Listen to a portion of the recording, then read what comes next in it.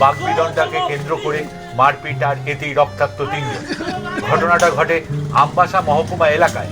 ঘটনায় জানা যায়, কুলাই এলাকায় বিজেপি নেতা বাদল ভট্টাচার্য ও অপর বিজেপি নেতা অমর দেবনাথের মধ্যে কোনো একটি বিষয়কে কেন্দ্র করে বাগবিদণ্ডা শুরু হয়।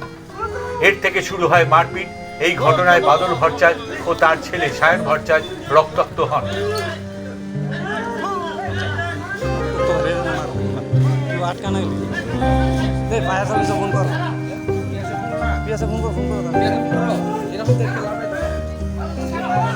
এই ঘটনাকে কেন্দ্র করে রীতিমতো চাঞ্চল্য ছড়িয়ে পড়ে গোটা কুলাই জুড়ে।